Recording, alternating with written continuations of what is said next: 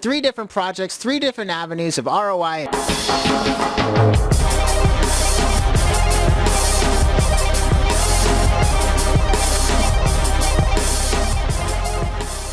How's it going today, guys? I'm Kevin. You made it to Entertaining Entropy, and today I'm looking at the market, seeing that prices have been going down for most coins, and I want to know which projects are going to survive. So I'm taking a microscope and looking at some of the projects that I've showcased and trying to figure out the pros and cons, weighing and figuring out which one's really worth it, right? And three projects that I'm covering today will be Zed Run, DeFi Land, and StepN. And these are all ones that I've showcased in some of my other videos. I have individual videos for each of those, but they're ones that I wanted to take a second look at now that I've been using them for a while. I have more experience. I've seen some other projects out there to give my experience on how I've been feeling about them.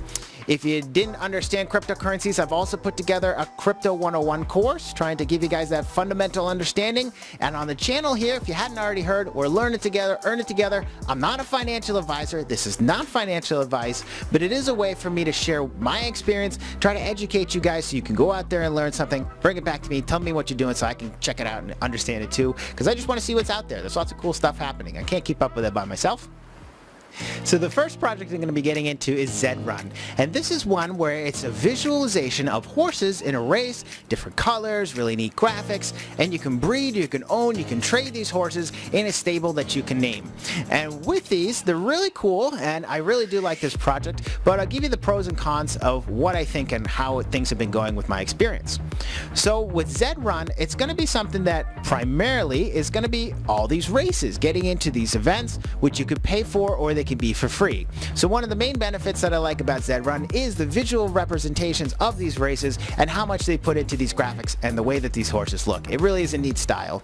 Another big benefit to this is that it is a low upkeep, so you don't actually have to pay for the races if you don't want to. You could play all free races that could be virtually zero upkeep as well, and you can get horses for pretty cheap. So I've seen horses as cheap as $10 just to get in the door and start playing into these free races.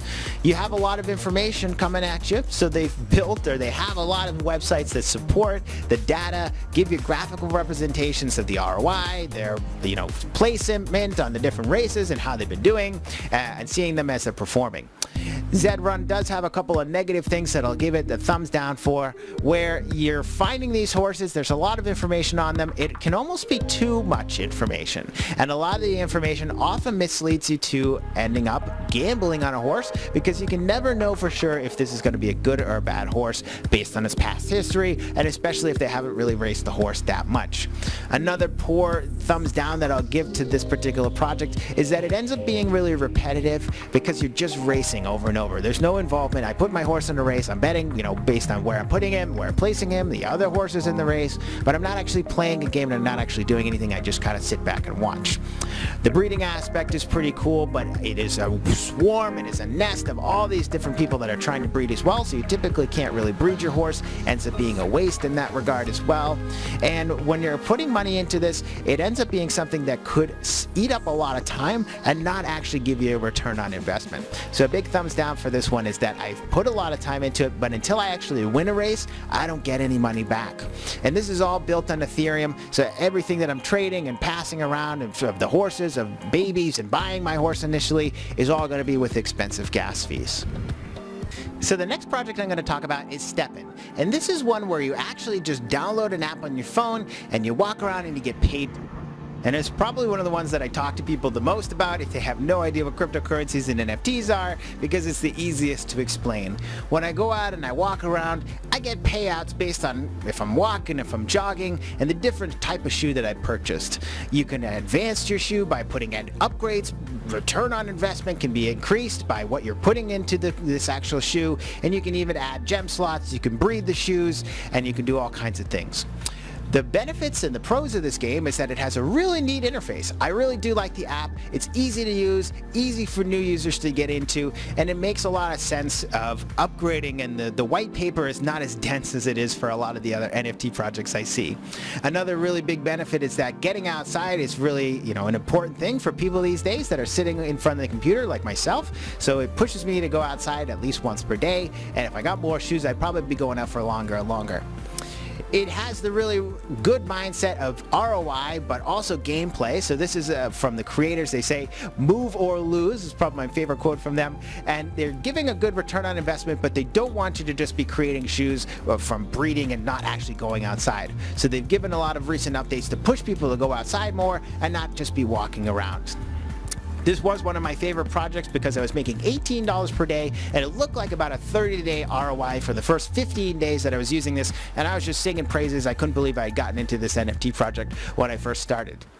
So moving on to the negative things, the cons, the bad parts about this project, probably the biggest is the entry fee is really expensive. It used to be about $3,300. I paid about $570. It is now about $100, $120. It stayed there. Please just make it stay there for a while longer where we watch it and hopefully maybe come back up.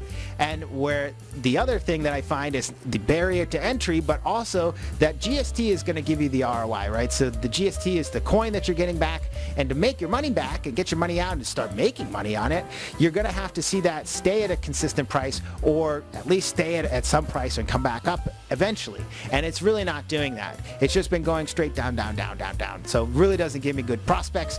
At this point, I haven't actually sold my NFT, but I'm watching that floor price of the NFT. If it goes below $100, I'm going to start to panic. Another big problem with the app is that you need a code to get into it. So I can give out activation codes. It feels easy once I'm in, and sure, it's great for me and it keeps the price up. But for new users, it's really hard to get into. So you try to get into it, you look on the Discord, you say, oh, here's the activation code. There's 25,000 other people sitting there trying to grab that activation code faster than you. So you pretty much have to go somewhere else to get it.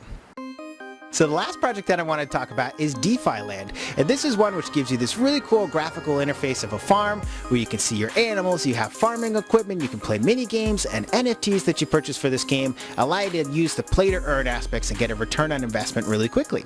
You also can see they have virtual crops that allow you to use normally complicated financial instruments of liquid pairing and things to get a return on investment and invest and get these crops that are basically cryptocurrencies on the back end. You can even see a bank where they allow you to invest and put money in to stake your money into their cryptocurrencies, and again, just more ease of use for things that are normally really complicated and things that are happening in the back end. The updates and things for this game are really what make it the most exciting, as I've been following this project for a long time, and I've actually seen the most improvements and things released, content released for this game than any other project. That's probably the number one pro that I'll have for this, but the second thing that I'll mention is it's really cheap to get into, and for only $10 I can get an NFT and start seeing some return on investment, start putting money back into that NFT, and getting some ROI that ends up being probably the best that I've seen right now for anything else currently in the market, where things are really struggling, sure, but this is something that's a shining light that doesn't really seem to be able to be snuffed out by this cryptocurrency bear market. With DeFi Land, another pro is that it has a great community that's really welcoming. You can go on their Discord, you can get questions answered. There's a weekly event where they talk about anything, where you can ask the Erwin, the creator, anything that you want to, and he actually does giveaways at the beginning and the end, so you can get free stuff just for attending. With this, a very welcoming community, but also there's a lot of events to join into, things that you can create images and ways to get giveaways and things that you can get. So really involved and really neat for that aspect as well. Alright guys, thank you so much for watching. As you can see, 3 different projects, 3 different avenues of ROI and trying to play out how they're investing in cryptocurrencies, NFTs, giving you that experience and different avenues of moving with StepN, or investing and betting with the Zed Run, or playable games like we have with DeFi Land.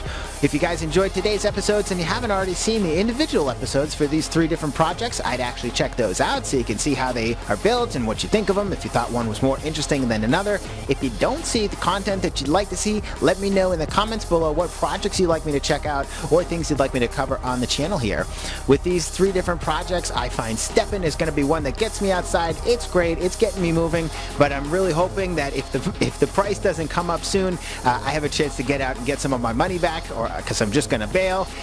DeFi Land, probably the front runner of all of these 3 because it's giving me the best ROI, has the best experience for me right now, and really has the brightest future, even during a bear market right now where everything seems just so, terrible and everything seems like it's burning down. And finally, Zed Run, really cool experience, really cool game, but not great for ROI, just cool for the experience, and it's built on the Ethereum blockchain, so super popular right now. Hope you guys have a wonderful rest of your week, and thank you so much for joining me.